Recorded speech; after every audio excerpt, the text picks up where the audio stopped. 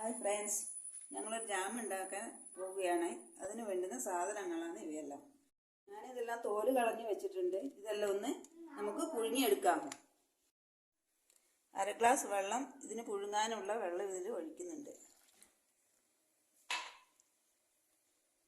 എന്നിട്ട് വേവട്ടെ, നമുക്ക് കുറച്ച് സമയം മൂടി വെക്കാം. ഇത് വേവായനോ നോക്കാം.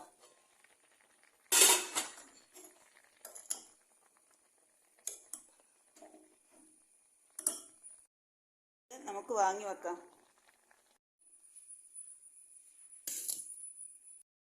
ഇത് കുറച്ച് തണിയട്ടെ. അതിനുശേഷം നമുക്കിതൊന്ന് ജാറിലിട്ട് അരച്ചെടുക്കണം. തണിഞ്ഞു, ഇനി ഇതൊന്ന് അരച്ചെടുക്കാം. ഇത് അരച്ച് നമുക്കൊന്ന് അരിച്ചെടുക്കാം.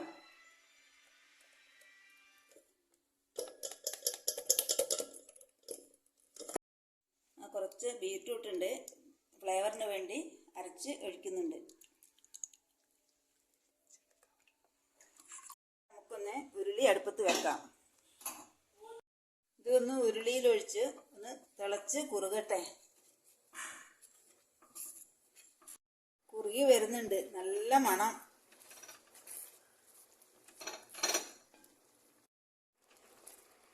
ഇവിടെ കുറച്ച് ഒരു കഷ്ണം കറുവപ്പട്ട ചേർക്കുന്നുണ്ട്. ഇനി നമുക്ക് പഞ്ചസാര ഇടാം. ജാമായിരിക്കുന്നു, ഇതൊന്ന് ഇറക്കി വെക്കാം. ഉരുളിയിൽ നിന്ന് കോരി മാറ്റി ഇനി നമുക്കൊന്ന് ടേസ്റ്റ് ചെയ്ത് നോക്കാം. ഇങ്ങനെയാണ് കഴിക്കണം. എന്തുണ്ട്? സൂപ്പറാണ്. എല്ലാരും ആക്കാൻ ശ്രമിക്കണേ. വീഡിയോ ഇഷ്ടമായെങ്കിൽ ലൈക്കും കമന്റും സബ്സ്ക്രൈബും എല്ലാം ചെയ്യണേ. ബൈ.